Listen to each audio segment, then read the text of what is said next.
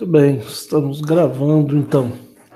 Na semana passada, nós começamos a falar então, sobre Moisés, né, o Êxodo, e nós já abordamos alguns pontos, faltaram outros para abordar, né? Então, o contexto dessa aula, que é uma continuação da aula passada, é a história de Moisés e do Êxodo, né? Contemplando aí Êxodo, Levítico, Números e também Deuteronômios. A próxima lição nós também vamos continuar falando disso, né? Só que agora da jornada de Israel no deserto, no próximo capítulo. Muito bem. Então, na última aula, nós já falamos sobre a opressão egípcia, né? Sobre o povo de Israel. Nós falamos sobre o nascimento de Moisés, como que se deu, o que que aconteceu, né? Como é que foi a criação dele, a educação dele, é o terceiro ponto. Falamos sobre como ele foi educado, né? Como a mãe dele teve a chance de poder educá-lo. Falamos também da educação egípcia que ele teve, né? Que contribuiu muito para ele se mostrar ou se formar o homem que ele foi, né?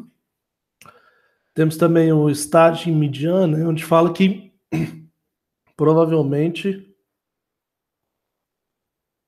na verdade aqui, é a parte onde ele vai ficar ali, conhecer sua esposa, ficar com Jetro, né? E passar um tempo ali até se encontrar com o Senhor na sarça ardente, né? Que mostra, falamos também do clamor de Israel, né? Que não aguentava mais as pressões ali dos faraós, né? Porque teve a mudança de faraós, como a gente falou. Abordamos o chamado de Moisés, né? Quando ele foi chamado ali na sarça ardente, né? E a gente viu que ele foi relutante, né? A gente lembra lá, falta de capacidade, falta de autoridade, falta de credibilidade, limitação natural e o problema real dele que era a indisponibilidade. Então nós falamos disso e a gente viu as respostas de Deus para todos esses problemas, né?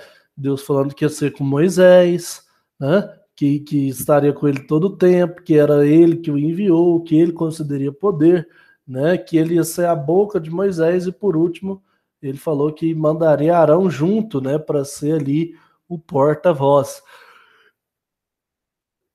Esse foi o chamado de Moisés. Muito bem. Depois nós falamos que Moisés, então, depois desse chamado, ele volta ao Egito. Né? Deus fala com ele de novo, manda ele para o Egito, né? E ele parte para o Egito. Aí a gente vê que ele teve um problema com a esposa dele, né? Muito provavelmente em relação à questão da circuncisão, que ela não queria circuncidar, e o anjo do Senhor veio e ela circuncidou o menino de uma forma muito abrupta, né?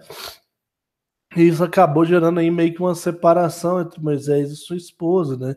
Ela voltou a viver com seu pai, enquanto Moisés foi liderar o povo, né? Então, pode não ter sido uma separação formal, mas foi uma separação, né? E nós paramos nessa parte, né? E aí nós iríamos começar então daqui, ó, o confronto com o Faraó e as pragas, certo? Então, nós vamos começar a nossa aula aqui, continuar a partir dessa parte, confronto de Faraó e as pragas do Egito. Contexto esse que a gente encontra ali nos capítulos de Êxodo 5 até Êxodo 12, certo? Então vamos à leitura aqui, ó.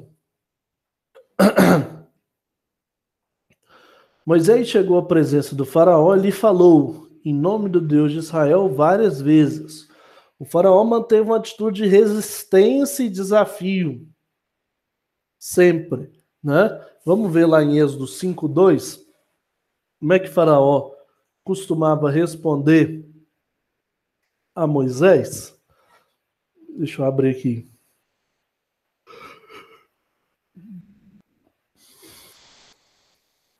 Êxodo 5:2. Se você tiver com Bíblia aí, você pode abrir também. Êxodo 5, verso 2, olha lá o que diz, né?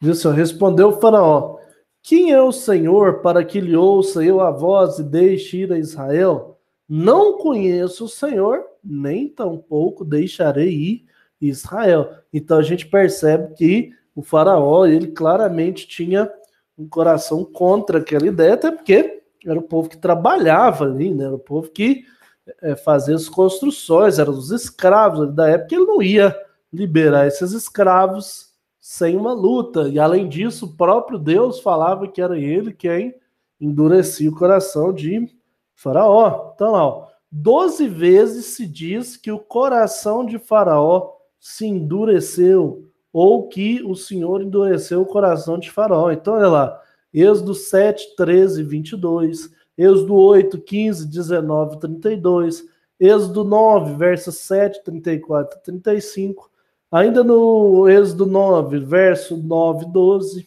né? Capítulo 10, verso 1, capítulo 10, verso 20 e verso 17, e também no capítulo 11, verso 10, ou seja, 12 vezes a gente tem aí uma confirmação clara de que não bastasse essa ideia racional, né, de que um rei, um faraó, não ia perder seus escravos sem uma luta. Além disso, a Bíblia confirma também que o próprio Senhor endurecia o coração de Faraó para que ele não liberasse o povo. Então, já se soma a questão que não seria muito normal o Faraó liberar os seus escravos assim, perder toda a sua mão de obra, né? Isso já não seria comum. Imagina, um cara era rei e de repente toda a mão de obra dele vai embora. Então, isso já não seria comum. Já seria difícil convencer ele assim, naturalmente falando. Imagina com Deus endurecendo o coração dele, né? Então, uma questão aí que tinha um propósito de Deus por trás disso, né? Tinha um plano de Deus por trás dessas questões. Deus queria se mostrar ali que ele verdadeiramente era o único Deus e um Deus forte. Então ele usa disso para mostrar a sua força, né? Então ele endureceu o coração de Faraó por 12 vezes. Olha lá.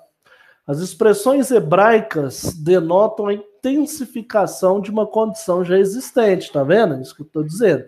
Pode-se dizer que o Senhor endureceu o coração de Faraó, porque ele o dotou da capacidade de resistir, livre-arbítrio, e permitiu que vivesse, resistisse e resistisse. Deus tinha dito a Moisés que ele o faria. Então, também tem uma outra linha de interpretação, a linha de interpretação de que diz, quando fala que Deus endureceu o coração de Faraó, era simplesmente porque Deus deu livre-arbítrio para Faraó escolher. E aí é como a gente falou, racionalmente falando, se ele realmente tem a condição de escolher, é óbvio que ele não vai deixar o povo ir. Era o povo que colhia a comida, era o povo que plantava, era o povo que construía ali as grandes obras, as obras civis. Então é muito óbvio de que no livre-arbítrio, Faraó não liberaria o povo, né? Ele não deixaria o povo de Deus sair. Isso é óbvio, né? Então tem essa outra linha de interpretação, de que não é que Deus endurecia o coração de Faraó, é que simplesmente Deus deixava Faraó escolher, e Faraó, no seu livre-arbítrio, evidentemente, jamais liberaria o povo de Deus. Então tem essas duas maneiras de pensar. Uma é de que Deus endurecia ainda mais o coração de Faraó, para que ele não deixasse, e a outra é que simplesmente a ideia de endurecer, conforme os relatos hebraicos nos dizem, é simplesmente a intensificação de uma condição já existente, ou seja, Deus simplesmente dá liberdade, né, para que Faraó pudesse resistir ao povo de Deus e pudesse, então, negar a eles a saída. Muito bem. Então tem essas duas linhas aí de pensamento. Vamos continuando aqui. As 10 pragas que Deus mandou sobre o Egito por causa da resistência do faraó duraram cerca de 1 ano. Seu propósito foi mostrar a superioridade do poder de Deus sobre o povo de Faraó e também a nulidade dos deuses egípcios. As pragas atingiram elementos da natureza e animais que os egípcios adoravam. Por esses milagres, tanto Israel como o Faraó e os egípcios vieram a saber que só o Senhor é Deus e que ninguém há como o Senhor nosso Deus. Então, como eu já havia falado no começo, né?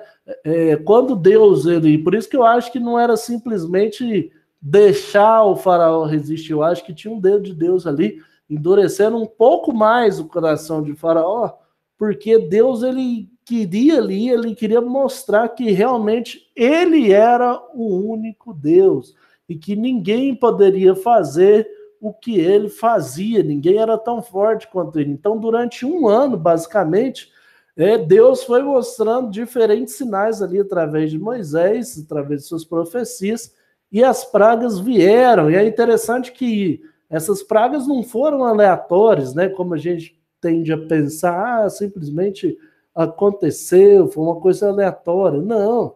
Essas pragas, elas têm um significado, inclusive, espiritual por trás, não só o anjo da morte, né? Mas todas as outras pragas, porque os egípcios, eles eram uma religião politeísta. Professor, o que significa uma religião politeísta? Uma religião que tem vários deuses. Então, eles tinham diferentes tipos de deus, e eles também tinham um pouquinho daquilo que o pessoal da Índia tem ainda hoje, né? Eles tinham uma adoração, uma veneração a certos animais, né? Então eles tinham aí esse apreço por esses animais, e a gente percebe que todas essas pragas, além de vir para mostrar o grande poder de Deus, ele também vinha com um propósito específico, com um ponto específico, como nós vamos ver daqui a pouco ali na tabelinha. Muito bem, olha lá. Os sábios encantadores do faraó conseguiram reproduzir o milagre da transformação da vara em serpente, que Moisés realizou na presença do faraó. Está lá em 2 Timóteo 3,8. E também as primeiras pragas eles conseguiram, né, reproduzir, que está lá em Êxodo 7, 10 ao 12, Êxodo 10, 22 e Êxodo 8, 7 e verso 18. Eles o fizeram com suas ciências ocultas e segundo a eficácia de Satanás, segundo Tessalonicenses 2, verso 9. Seus poderes também eram limitados, pois olha lá, lembra, a serpente de Moisés engoliu as suas, e eles não puderam reproduzir as outras pragas e nem fazer cessar nenhuma delas. É interessante esse ponto, e aí a gente pode trazer até para a realidade nossa de hoje em dia, né?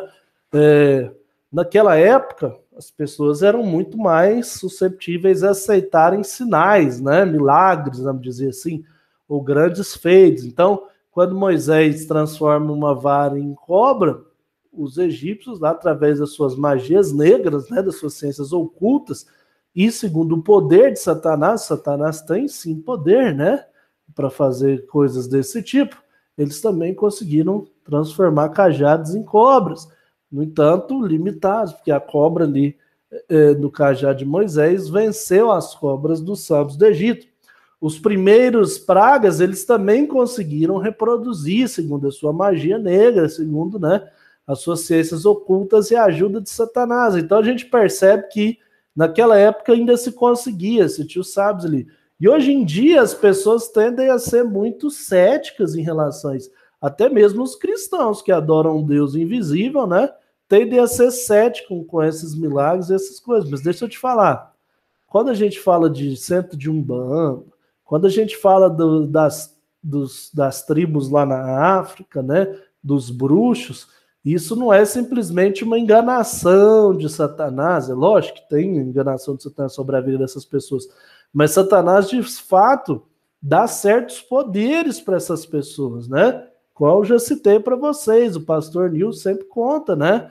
Ele vive direto em guerra espiritual contra esses bruxos lá que perseguem ele, porque ele veio da África, né? Tudo mais. E ele conta, esses bruxos, eles conseguem, inclusive, se teletransportar de um lugar para o outro, né? Hoje em dia isso parece até sem noção. Meu amigo, você crê num Deus invisível, então não tem muita coisa que você possa ter a capacidade de considerar sem noção, né? Então, de fato, esses magos, esses bruxos, assim como os sábios do Egito, que também é da África, né? Obviamente, ainda hoje eles têm alguns poderes, eles conseguem se teletransportar, se transformar em animais, né? Eles têm sim essa capacidade.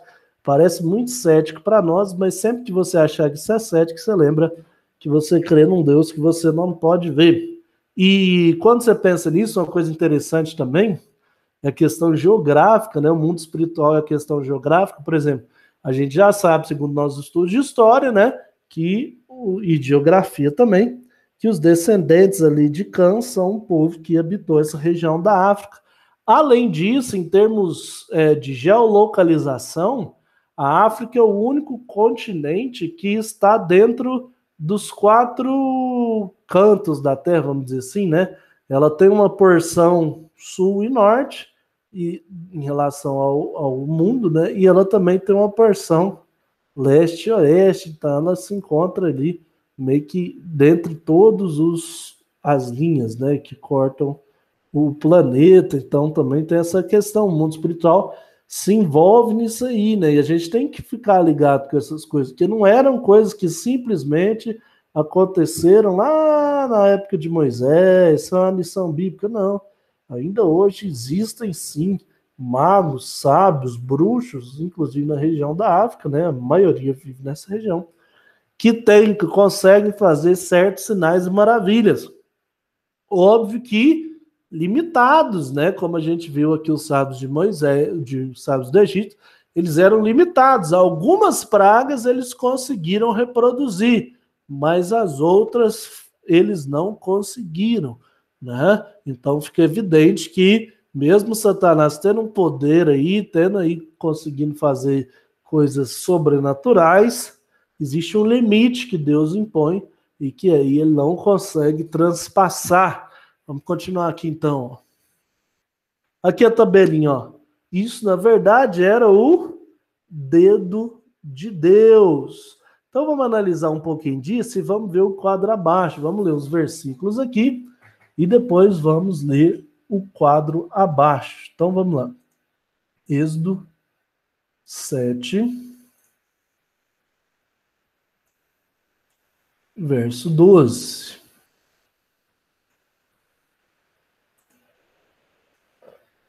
Êxodo 7, verso 12 diz o seguinte, ó. Pois lançaram eles cada um o seu bordão, e eles se tornaram em serpentes. Mas o bordão de Arão devorou o bordão deles. Todavia o coração de Faraó se endureceu e não ouviu como o Senhor tinha dito. Então, aí, ó.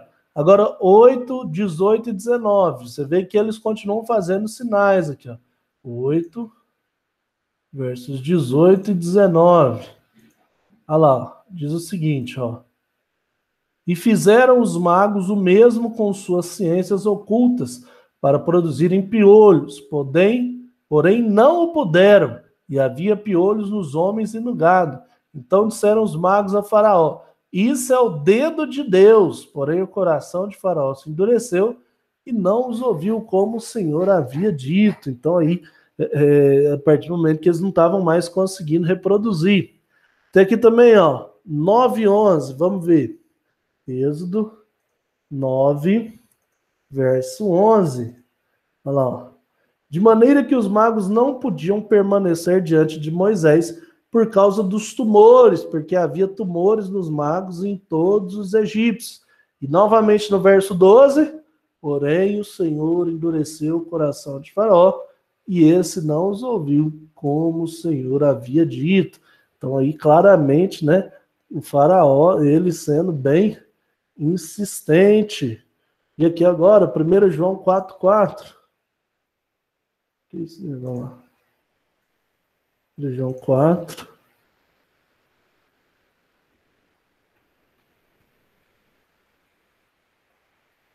Olha lá, ó. João 4,4 é um exemplo, né, que fala sobre isso. Olha lá. Filhinhos, vós sois de Deus e tendes vencido os falsos profetas, porque maior é aquele que está em vós do que aquele que está no mundo. Então é óbvio que o mundo vai ter poderes, o mundo vai ter aí os seus magos, os seus bruxos, mas a palavra de Deus aqui na carta de João é bem clara. Maior é aquele que está em nós do que aquele que está no mundo. Então eles vão conseguir fazer sinais? Vão conseguir impressionar as pessoas?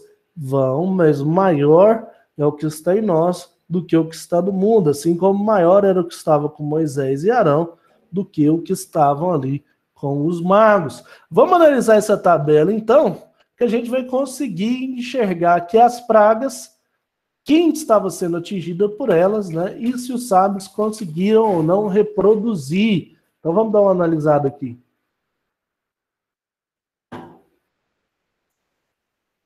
Vamos lá. A primeira praga foi o sangue. Vamos ler essa praga aqui, ó. Êxodo 7, versos 14 a 25. Diz o seguinte, ó. Disse o Senhor a Moisés: o coração de Faraó está obstinado, recusa deixar ir o povo. Vai ter com Faraó pela manhã, ele sairá às águas, estará à espera dele na beira do rio. Tomarás na mão o bordão que se tornou em serpente, lhe dirá: o Senhor, o Deus dos hebreus, me enviou a ti para te dizer: deixa ir o meu povo para que me sirva no deserto, e até agora não tens ouvido. Assim diz o Senhor: nisso saberás que eu sou o Senhor. Com esse bordão que tenho na mão, ferirei as águas do rio e se tornarão em sangue. Os peixes que estão no rio morrerão, e o rio cheirará mal. Os egípcios terão nojo de beber a água do rio. Disse mais o Senhor a Moisés: dize a Arão: toma o teu bordão, estende a mão sobre as águas do Egito, sobre os teus rios, sobre os seus canais, sobre os seus lagos, sobre todos os seus reservatórios, para que se tornem sangue. Haja sangue em toda a terra do Egito, tanto nos vasos de madeira quanto nos de pedra. E aí a palavra continua. Fizeram Moisés e Arão como o Senhor lhes havia ordenado. Arão levantou o bordão, feriu as águas que estavam no rio à vista de Faraó e seus oficiais. E toda a água do rio se tornou em sangue, de sorte que os peixes estavam no rio morreram. O rio cheirou mal e os egípcios não podiam beber a água do rio. E houve sangue por toda a terra do Egito. Porém, os magos do Egito fizeram também o mesmo com suas ciências ocultas, de maneira que o coração de Faraó se endureceu e não os ouviu como o Senhor tinha dito. Virou-se Faraó e foi para casa, nem ainda isso considerou o seu coração. Todos os egípcios cavaram junto ao rio para encontrar água que beber, pois das águas do rio não podiam beber. Assim se passaram 7 dias depois que o Senhor feriu o rio. Então essa é a primeira praga, né? A praga do sangue, a água se tornando em sangue. O deus atingido aqui claramente é o deus Nilo, né? Nilo também era um deus da mitologia, representava o rio ali, mas também era uma divindade. Os sábios encantadores conseguiram reproduzir esse sinal? Conseguiram, com suas ciências ocultas, também conseguiram transformar água em sangue. E Gossém, que é onde os hebreus ficavam, foi atingido por essa praga? Foi. A água de tudo, né? O Nilo cobre o Egito inteiro, né? Então, sim, a água ali dos de Gossém também foi atingida por essa praga. Todos foram, né? Então, não foi só os egípcios que sofreram com essa aqui, não. Os hebreus também. A segunda praga é a praga das rãs. Vamos ver o que aconteceu com a praga das rãs? Deixa eu fazer diferente aqui, para ficar melhor da gente, vocês lerem os versículos também. Deixa eu jogar a tela aqui. Muito bem.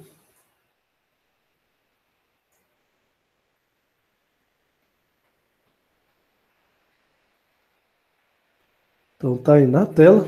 Muito bem. Então a segunda praga das rãs. Vamos ler aqui. Êxodo 8, dos versos 1 a 15. Vamos lá então.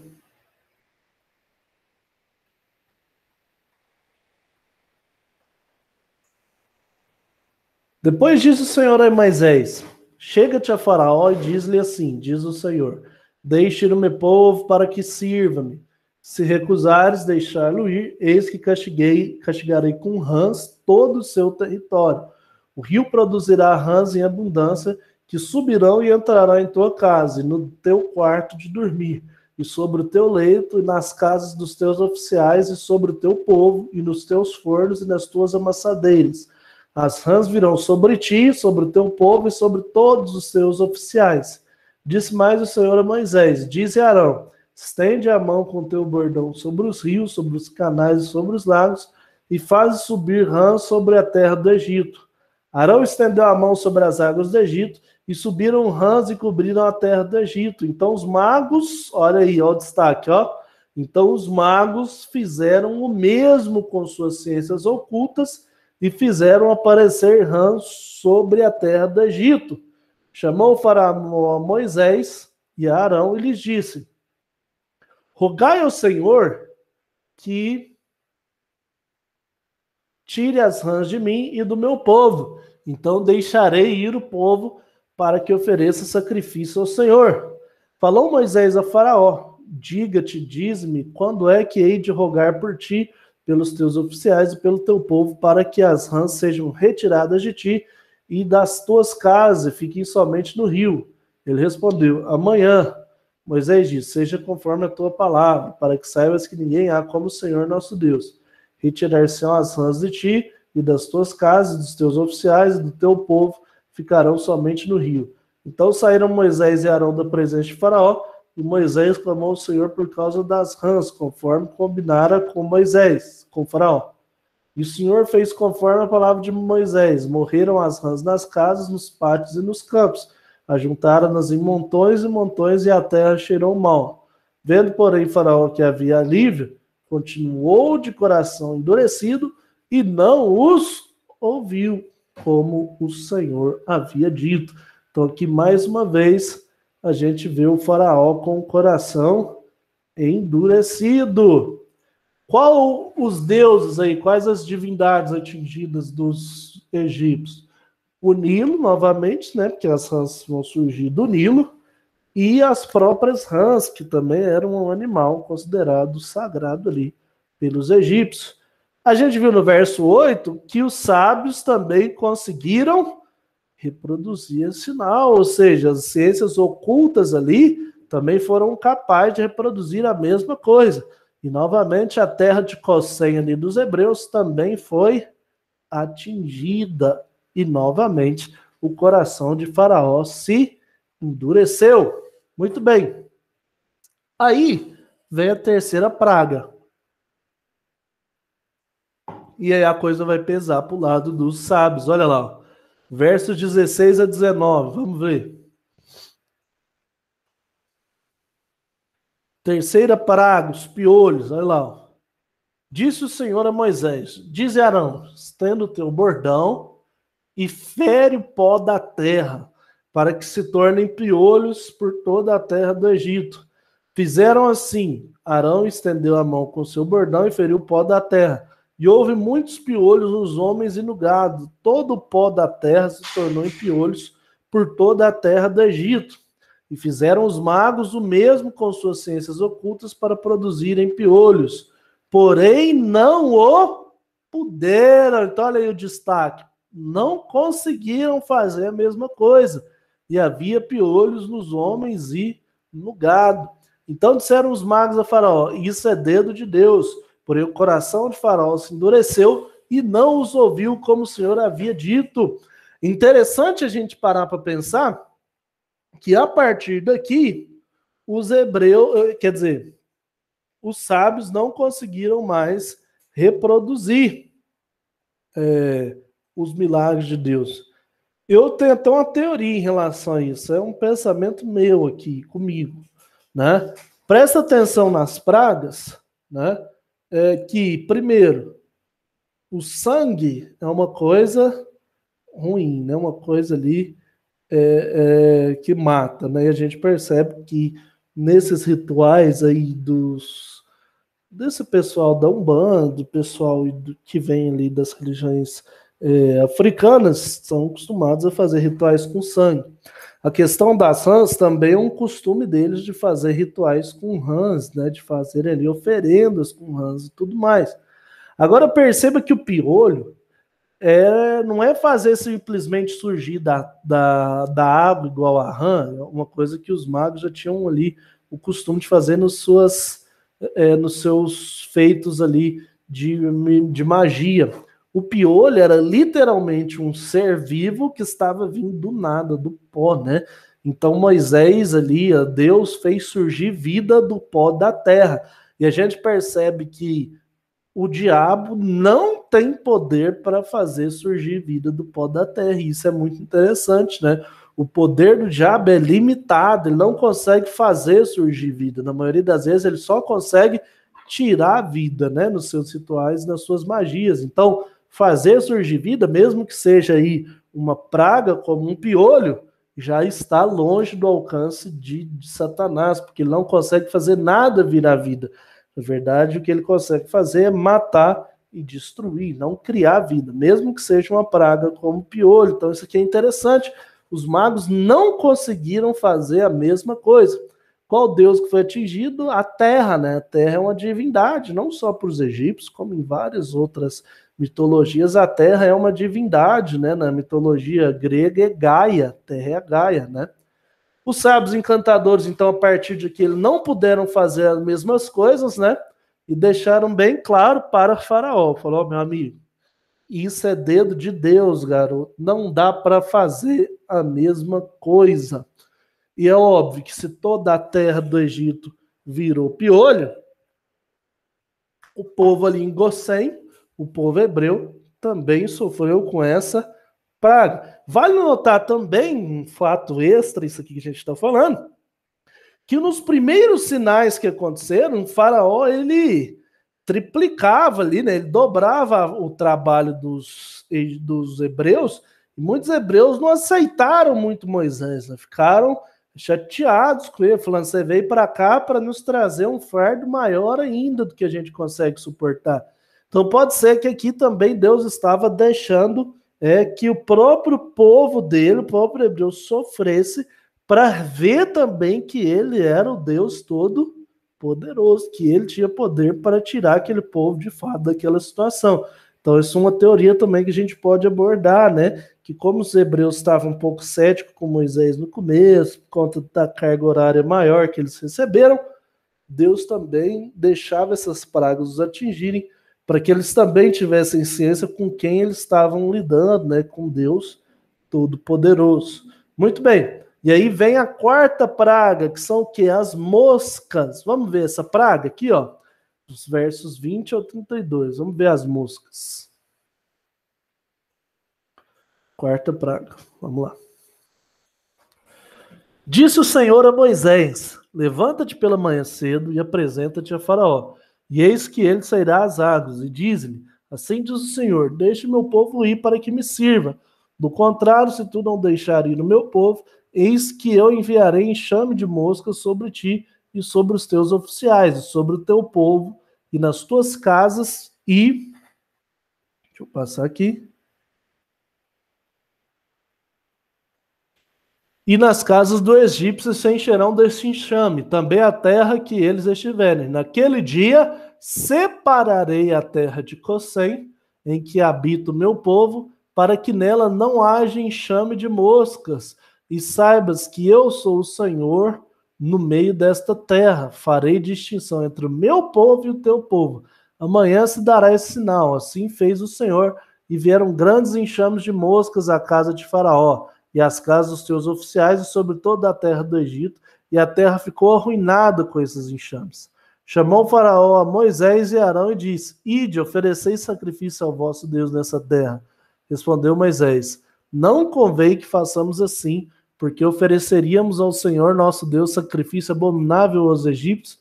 Eis que se oferecermos tais sacrifícios perante seus olhos, não nos apredejarão eles?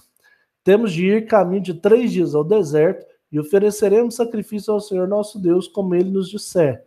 Então disse Faraó: deixar-vos ir, para que ofereça sacrifício ao Senhor vosso Deus no deserto. Somente que saindo não vades muito longe, orai também por mim. Respondeu Moisés: eis que saio da tua presença e orarei ao Senhor. Amanhã esses enxames de moscas se retirarão de Faraó, dos teus oficiais e do seu povo. Somente que Faraó não mais me engane, não deixando ir o povo, para que ofereça sacrifício ao Senhor. Então saiu Moisés da presença de Faraó e orou ao Senhor.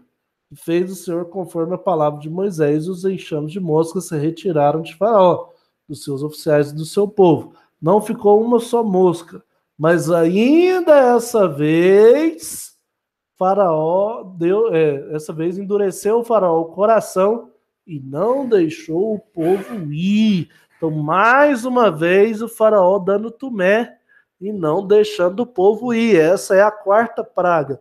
Também atingiu a terra, que era uma divindade, né? E a partir daqui, ó, o povo de Gossém não é mais atingido. Então, o povo aqui não é atingido, porque Deus fala que, inclusive, um sinal não seria simplesmente as moscas, seria o sinal de que ele faria separação entre o povo dele e o povo egípcio, né? Isso para que os egípcios soubessem que ele realmente era Deus. Essa foi a quarta praga.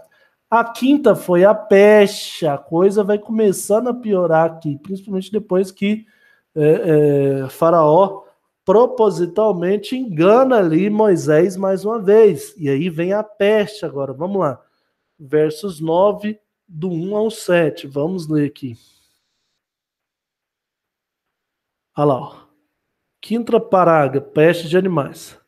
Disse o Senhor a Moisés: apresenta-te a Faraó e diz-lhe: assim diz o Senhor, o Deus dos Hebreus: deixa o meu povo para que me sirva, porque se recusares deixá-los ir, ainda por força os destiver, eis que a mão do Senhor será sobre o teu rebanho que está no campo, sobre os cavalos, sobre os jumentos, sobre os camelos, sobre o gado e sobre as ovelhas, com pestilência gravíssima. E o Senhor fará distinção entre o rebanho de Israel e o rebanho do Egito, para que nada morra de tudo que pertence aos filhos de Israel. O Senhor designou certo tempo, dizendo: amanhã fará o Senhor isso na terra. E o Senhor o fez no dia seguinte, e todo o rebanho do egípcio morreu, porém do rebanho dos israelitas não morreu nenhum. Faraó mandou ver, e eis que do rebanho de Israel não morreram nenhum sequer. Porém o coração de Faraó se endureceu e não deixou o povo ir. Aqui a gente entende que o choque financeiro foi gigante, né? E isso deve ter deixado o Faraó muito irritado. Então, novamente, ele não deixa o povo ir. Mais uma vez, ele com o seu coração endurecido. A gente percebe que dessa vez aqui, o que foi atingido foi o gado, que também era algo sagrado ali para os egípcios, né? E não atingiu o povo dos hebreus em Gossém, só apenas o Egito. Foi o coronavírus do Egito, né? Porque vocês sabem que o coronavírus surge em animais, né? Então foi ali uma peste, né? Uma peste bem forte, ali uma raiva, alguma doença que a gente não sabe, que atingiu todo o rebanho de Israel, não, do Egito, e todo esse rebanho morreu, sem exceção. Porém, do rebanho de Israel não veio nenhum a falecer. E Faraó ficou extremamente chateado com isso e não deixou o povo ir. E aí a coisa vai ficando cada vez mais pegada, né? Cada vez mais as pragas vão aumentando de intensidade. Vem-se então as úlceras para tocar no corpo de Faraó, olha lá. Os versos 8 a 12, ó, esse é mais curto. Então disse o Senhor a Moisés e Arão: apanhai mãos cheias de cinzas de forno, e Moisés atira para o céu diante de Faraó. Elas se tornarão em pó miúdo sobre toda a terra do Egito, e se tornará em tumores, que se arrebentam em úlceras dos homens e dos animais por toda a terra do Egito.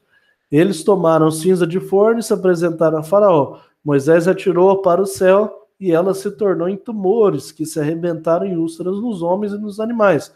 De maneira que os magos não podiam permanecer diante de Moisés por causa dos tumores, porque havia tumores nos magos e em todos os egípcios.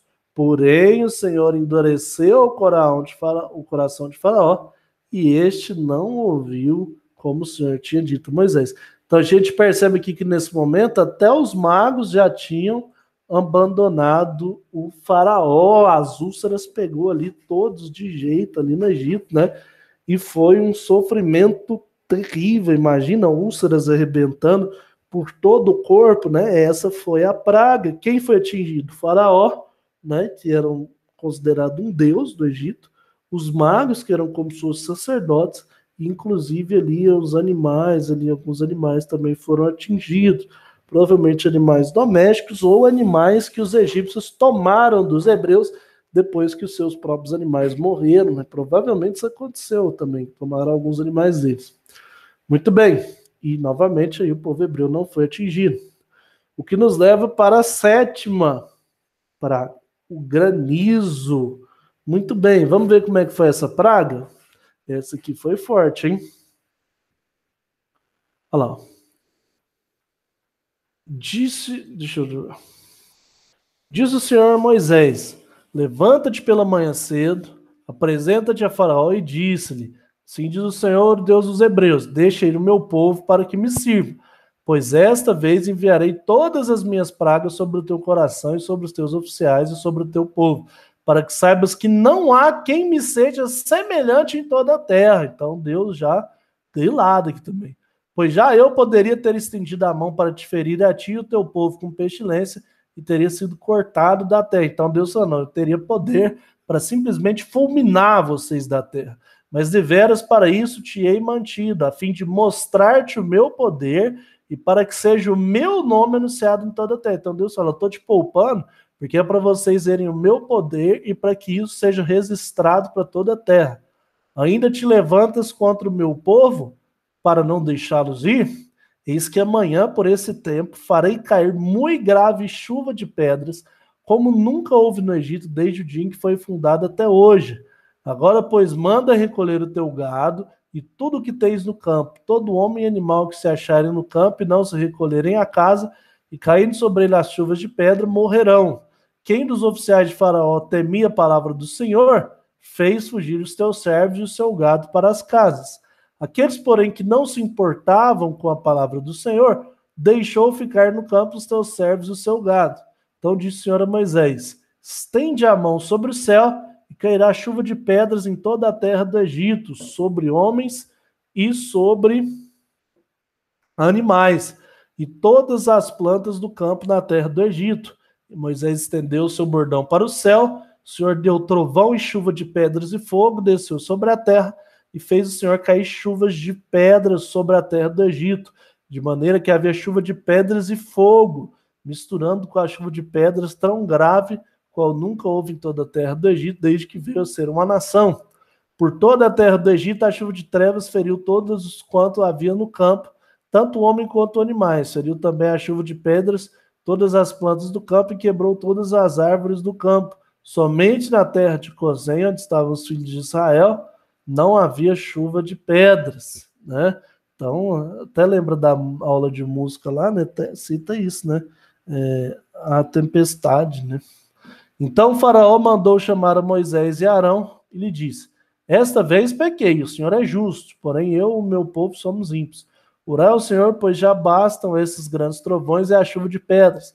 Eu vos deixarei ir e não ficarei mais aqui. Ficareis mais aqui. Respondeu-lhes Moisés: em saindo eu da cidade, estenderei as mãos do Senhor, e os trovões cessarão, e já não haverei chuva de pedras, para que saibas que a terra é do Senhor. Quanto a ti, porém, aos teus oficiais, eu sei que ainda não temeis ao Senhor. O linho e a cevada foram feridos, pois a cevada já estava na espiga e o linho em flor. Porém, o trigo e o centeio não sofreram dano, porque ainda não haviam nascido. Muito bem, referência ao povo dos hebreus ali também. Saiu, pois, Moisés a presente de Faraó e da cidade, e estendeu as mãos ao Senhor. Cessaram os trovões e a chuva de pedra, e não caiu mais chuva sobre a terra. Tendo visto Faraó que cessaram as chuvas, as pedras e os trovões, tornou a pecar e endureceu o coração, ele e os seus oficiais. E assim Faraó, de coração endurecido, não deixou ir os filhos de Israel, como o Senhor tinha dito a Moisés. Então, mais uma vez, o Faraó aí, mentiroso pra caramba, né? Já era bem perceptível que ele teria essa atitude, né? Essa foi a praga dos granizos, atingiu animais, atingiu lavouras, né, que eram ali sagrados para os egípcios.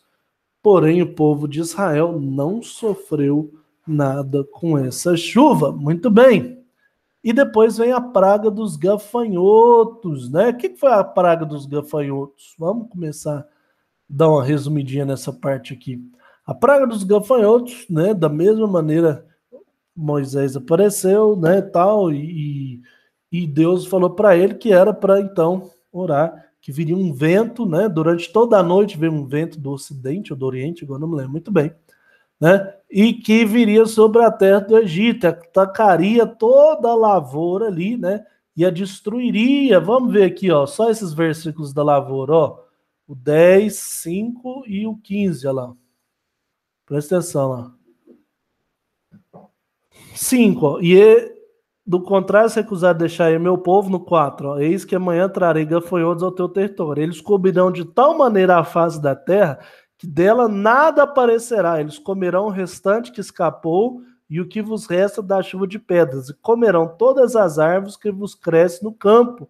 E encherão as tuas casas e as casas de todos os teus oficiais e a casa de todos os egípcios, como nunca viram teus pais e nem os teus antepassados desde os dias que se achavam na terra até o dia de hoje.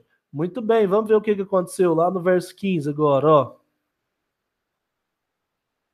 Olha lá, o 14 começa falando assim, ó, e subiram os gafanhotos por toda a terra do Egito e pousaram sobre... Peraí. E pousaram sobre todo o território. Eram muito numerosos. Antes deste nunca houve tais gafanhotos, nem depois destes virão outros assim. Porque cobriram a superfície de toda a terra, de modo que a terra se escureceu. Pensa, o dia virou noite. Devoraram todas as ervas da terra e todo o fruto das árvores que deixara a chuva de pedras. E não restou nada verde nas árvores, nem nas ervas do campo, e em toda a terra do Egito. Né? Então não apareceu nada. E aí depois Moisés orou, né? O Senhor fez soprar um vento forte ocidental e que levou os gafanhotos para o Mar Vermelho, né? E nenhum gafanhoto se restou depois da oração de Moisés. Porém, o coração de Faraó continuou enfurecido, né?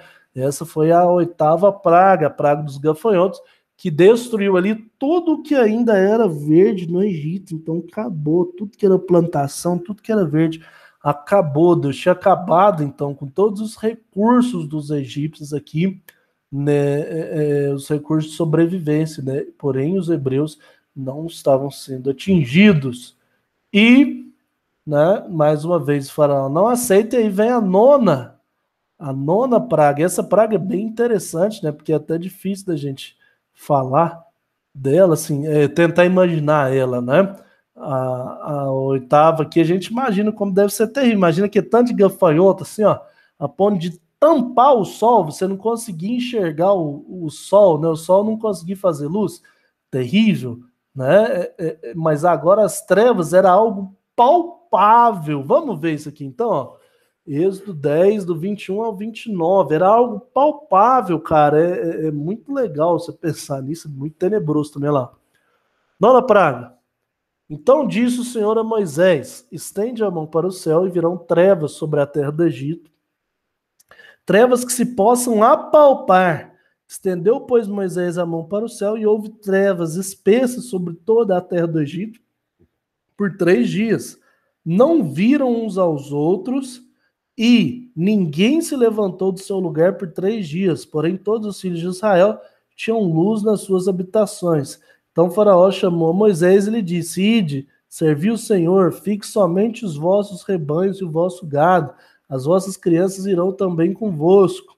Respondeu Moisés: também tu nos tens de dar em nossas mãos sacrifício e holocausto que ofereçamos ao Senhor nosso Deus. E também os nossos rebanhos irão conosco. Nenhuma unha ficará, porque deles havemos de tomar para servir ao Senhor nosso Deus. E não sabemos com o que havemos de servir ao Senhor até que cheguemos lá. O Senhor, porém, endureceu o coração de Faraó, e este não quis deixá-los ir. Disse, pois, Faraó a Moisés: retira-te de mim e guarde-te que não mais vejas o meu rosto, porque no dia que me vires o meu rosto, morrerás. Respondeu Moisés: bem disseste, nunca mais tornarei eu em ver o teu rosto. Então o negócio aqui ficou escalada a crise, né? O negócio ficou feio. Mas o faraó falou: então você não quer ir? Não, deixa isso aí, você não quer ir? Não. Então você também não vai mais e você não aparece na minha frente, não, porque se você aparecer na minha frente, você vai morrer. E Moisés foi na mesma, falando: meu irmão, eu também não quero te ver mais, não. Quer ver sua cara também, mas não, que assim seja a sua vontade, né? Muito bem. Quem foi atingido por essa praga aí, em termos de divindades? O próprio Sol, que era uma divindade, né? O deus Ra. O deus Ra representava uma divindade ali que segurava o Sol. Então é uma afronta, né? Como é que um deus Sol simplesmente abandona o seu povo? O deus mais importante deles, né? Ra, também tem a junção do Amon-Ra, mas o deus mais importante deles, mais conhecido, Ra, simplesmente, né? Então aqui, óbvio que não existe, mas simplesmente os abandona, né? E isso é um sinal, não é simplesmente trevas para o povo ficar com medo, sem sair do lugar. Pensa, 3 dias sem sair do lugar porque você não está enxergando nada. Mas não é só por causa disso, era porque era uma afronta também, né? Demonstrando claramente que o Deus de Israel era infinitamente superior a qualquer possibilidade de deuses egípcios. Porque se o Deus deles era o Deus Sol, o Deus da luz, o Deus que dava fertilidade, o Deus que dava as plantações no meio do deserto, o Deus de Israel, então, acabou com tudo isso, inclusive com a própria luz. Durante 3 dias houve trevas tão espessas que davam para ser apalpadas, né? Muito interessante essa expressão. Mas mesmo assim, no final das contas, o que acontece? O coração de Faraó continua endurecido. E aí vem o golpe final, né? Vem o grande golpe de Deus, que é o anjo da morte, né? A morte dos primogênitos, né? Nesse caso aqui é interessante a gente analisar, porque o que aconteceu aqui? Desculpa. Deus mandou o povo de Israel sacrificar os cordeiros e passar o sangue nos umbrais da porta, né? Para que o anjo da morte não entrasse, porque toda casa que ele entrasse, os primogênitos seriam mortos ali, né? Até aquela expressão da música também que a gente viu na terça-feira, né? O anjo da morte que não entra na casa humilde, né? A casa humilde que o anjo da morte não entra. Então isso é claramente aí, né? A mão de Deus mandou-os passar o sangue, e na casa dos egípcios, que não tinha sangue passado nos umbrais da porta, o anjo da morte passou e levou todos os primogênitos, inclusive o primogênito do próprio Faraó. E aí está nos dizendo aqui, vamos ler aqui em Salmo 105:36, uma referência a esse momento. Salmo 105:36.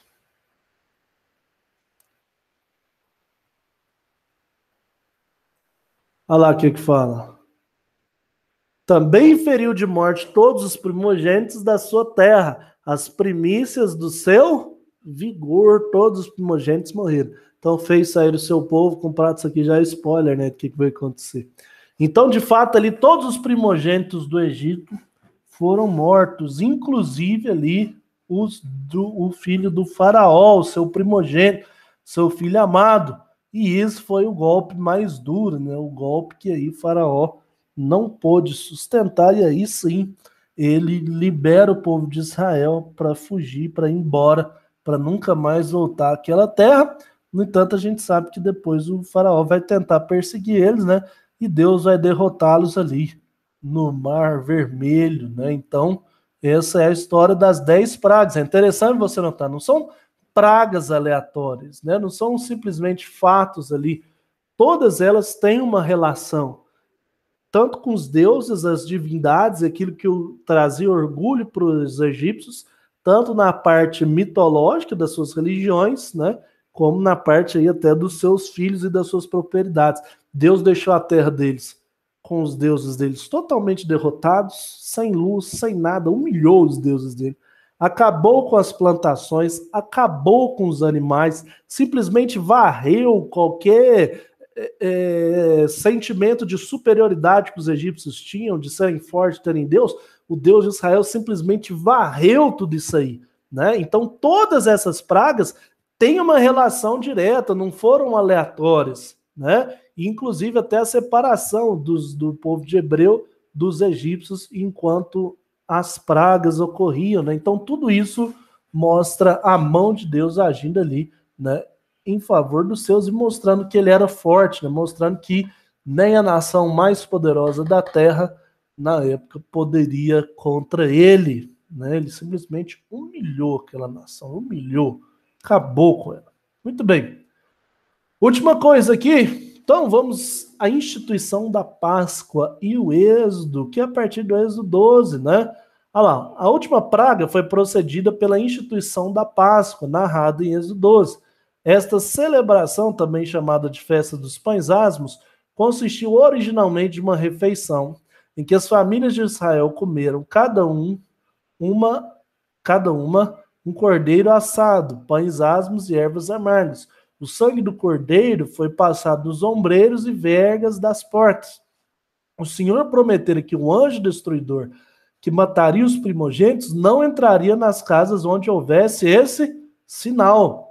O cordeiro deveria ser sem defeito e macho de 1 ano, para representar a perfeição da espécie. Se já tivesse 1 ano, estaria plenamente desenvolvido. Os pães deveriam ser asmos ou sem fermento, talvez porque naquela noite da libertação não haveria tempo para pôr fermento na massa e esperar a fermentação. Alguns veem nos pães asmos uma necessidade nômade, né? Os nômades do deserto comem bolacha sem fermento. As ervas amargas foram utilizadas como símbolo do amargor da escravidão egípcia, do qual os israelitas estavam sendo libertados. Era um tipo de alface selvagem, né? Então, olha que interessante. Quando a gente analisa aqui, inclusive nós falamos disso ontem na aula de eclesiologia, né? Sobre a relação lá de Paulo faz com a própria instituição da Páscoa, né? Que a partir de Cristo nós não precisamos mais comer os pães asmos e comer o cordeiro com as ervas amargas, porque Cristo já nos libertou e nós não podemos mais ser escravos do pecado, né? Aqui a instituição da Páscoa, ou a festa dos pães asmos, representa exatamente isso que está ali no Êxodo 12, né? Então ali a gente tem claramente a instituição da Páscoa. O Senhor, um anjo, passou por cima das casas dos filhos de Israel quando feriu os egípcios. Esta é justamente o significado da palavra pecha, que é o quê? Páscoa, que é passar além. Passar por cima, um termo em inglês, Passover, né? Páscoa retém esse sentido original. Pass, passar, e over, sobre, né? Então, o significado passava Páscoa, em inglês é original mesmo, que significa passar por cima, né? Então, o anjo do Senhor passou por cima da casa dos filhos de Israel, mas feriu os egípcios. Então, passar por cima, isso que significa Páscoa, né? Páscoa não significa a morte de Jesus, a palavra, né? Etimologia. A etimologia significa passar por cima e, na verdade, tem relação com esse momento onde o anjo da morte passou por cima da casa dos filhos de Israel quando feriu os egípcios. Por ordem de Deus, os israelitas pediram aos egípcios, no dia do êxodo, objetos de prata, objetos de ouro e roupas. O Senhor fez com que os egípcios dessem tudo o que pediram. Deus fez sair o seu povo com prata e ouro, deixando o Egito com... Peraí, só um minutinho.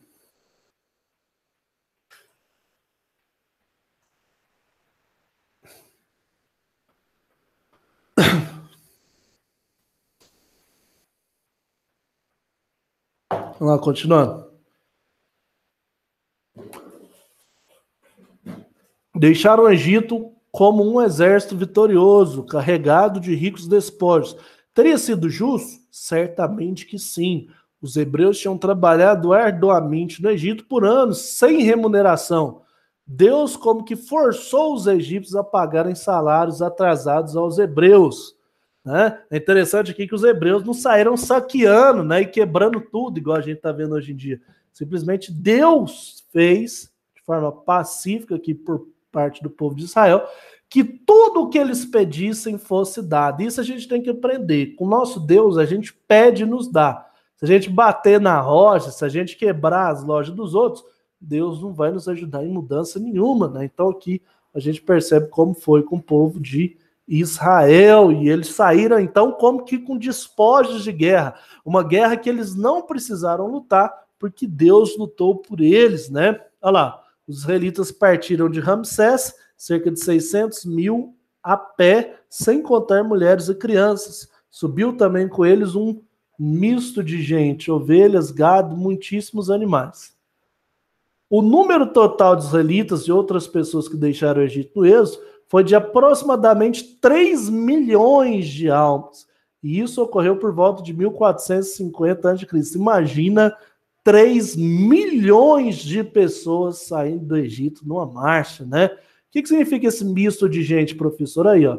O misto de gente que saiu do Egito com os hebreus seria o resultado dos casamentos interraciais, ou então grupos semitas aparentados que aproveitaram a oportunidade para escapar. Esse misto de gente, ou populacho, conforme lemos em número 1, de 4 a 6, foi a causa de vários pecados de Israel nos anos seguintes. Então perceba que junto com o povo de Israel, saiu os aproveitadores, né? Aqueles que pegaram o bonde andando, literalmente, né? E a gente percebe que depois, provavelmente, o povo de Israel ter permitido que isso acontecesse, né, ter cobertado esse fato, esse povo foi responsável por muitos dos pecados que sobrevieram ao povo que saiu do Egito, né? Então, isso é muito interessante a gente notar. Logo em seguida ao êxodo, o Senhor, através de Moisés, ordenou a Israel, ao seu povo: consagra-me todo primogênito. Essa seria uma lembrança de sua redenção pela morte dos primogênitos do Egito. Uma lembrança e uma expressão de gratidão. Os primogênitos dos animais seriam oferecidos em holocausto. As únicas exceções seriam os primogênitos da jumenta, porque esse animal era cerimonialmente impuro. Os primogênitos do homem, porque Deus não se agrada de sacrifícios humanos. Esses seriam resgatados ou redimidos, isto é, substituídos por outras vítimas ou comprados de volta por preço. Então perceba aqui que Deus também ele pede uma contrapartida, né? Assim como ele tirou a vida dos primogênitos de Israel, dos primogênitos do Egito, desculpa, aqui o povo de Israel ofereceu os seus primogênitos em oferta e consagração ao Senhor, dos animais, tirando a jumenta, e dos filhos homens, como Deus não gosta de sacrifícios humanos, outros animais foram oferecidos em seu lugar, mas simbolizando então, né, esse comprar por um preço, né, essa expiação, essa oferta ao Senhor. Então aqui, ó, o povo de Israel não sabia disso, eles só ficaram sabendo depois que saíram, exatamente como Moisés havia falado.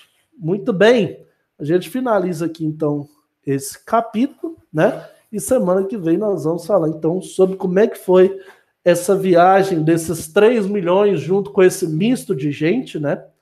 Que saiu do Egito, quais foram as consequências, como é que foi o caminho, né? Até o fim da jornada. Então isso nós vamos ver na semana que vem, certo? Então é isso, né? Deu um tempinho bem razoável. Nem todos vieram para aula hoje, mas eu gravei aqui. Depois eu dou um jeito de disponibilizar lá. Amanhã vocês têm o Avin, já dei as dicas para vocês. A Fernanda anotou, caso você não tenha, é só pedir para ela. E façam uma ótima prova amanhã, certo? Deixa eu só tirar um print de quem veio, para eu poder ter um controle. É isso. Um abraço para todo mundo. Até amanhã. Tchau, galera. Até mais.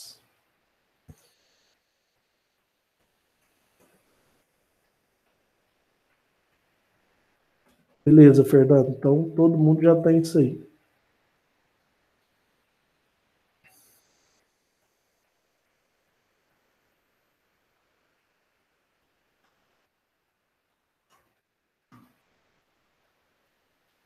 Até mais. Boa noite.